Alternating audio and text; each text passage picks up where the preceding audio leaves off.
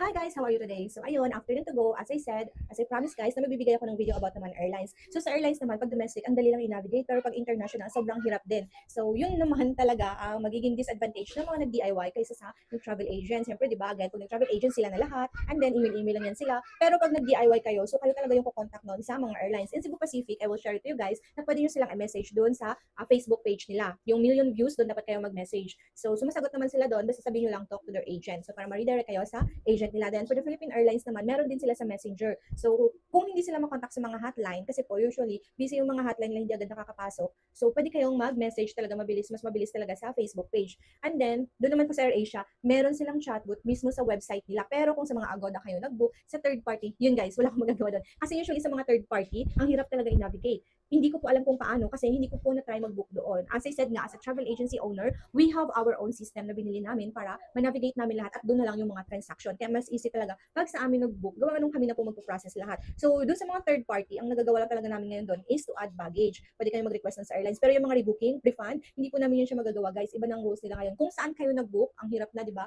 Kung saan talaga kayo nag-book, doon na po kayo magpaayos. Meron din naman yung iba nagme-message kasi po nag-book po ako sa isang travel agent, hindi niya po alam kung paano gawin. So, yung mga ganun naman na case, pwede yung isang travel agent is nag-book lang siya sa third party. Hindi po siya legit travel agency owner kasi wala siyang sariling system. So make sure din na yung travel agent nyo is accredited talaga siya na travel agency owner or travel agent. Malalaman yung pag accredited po yan guys pag sila ay complete permits. Usually, yan naman ng mga accredited travel agents is maraming system yan sila. Tulad namin, hindi lang kami nag-focus sa isang system, marami kaming prices na kino-compare. Pero once nagka-problem, kaya po namin gawa ng paraan yon. Kasi nga, as a travel agent, nagkakaroon kami ng mga training sa ganyan. So hindi kami basta-basta lang yung tulad sa mga nag-DIY na akala nyo is hindi kami knowledgeable. Of course, guys, pinag-aralan namin lahat ng yan bago kami nag-put up ng ganitong business. So, yun sa mga nag-DIY, as I said, kung domestic lang, okay, pwede nyo i-contact sa Facebook page. And then yung AirAsia, mismong sa loob ng website nila, meron silang chat agent. Pero kung walang ganun sa inyo, sa third party kayo nag-book, like yung mga yun nga sabi ko yung sa Agoda, mga trip.com, yan guys, hindi ko yun siya alam kasi hindi ako nakatry mag-book dyan. Maraming nagsisend sa akin, ma'am, dito po ako nag-book sa Agoda, sa ano, ganun. So, hindi ko po siya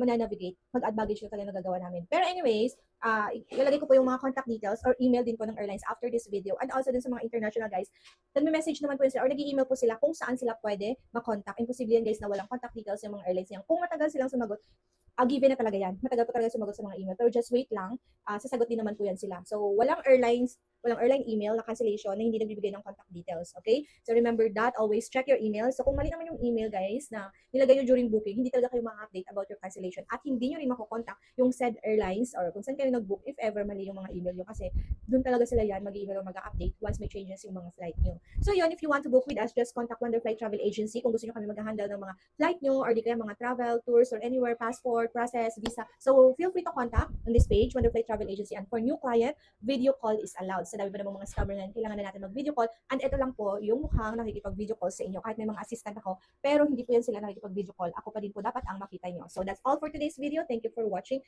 If you have comment, just comment down below. And sasagutin ko yan guys. If you have question, just comment down below. Sasagutin ko yan pag may time din po ako guys. Pero mas focus talaga ako doon sa mga pages ko kaysa dito sa mga comment section. Pero nagbabasa din naman ako pag sobrang dami na talaga yung question guys. Doon ko siya ginagawa ng video. So, yun lang. Goodbye everyone. Thank you for watching.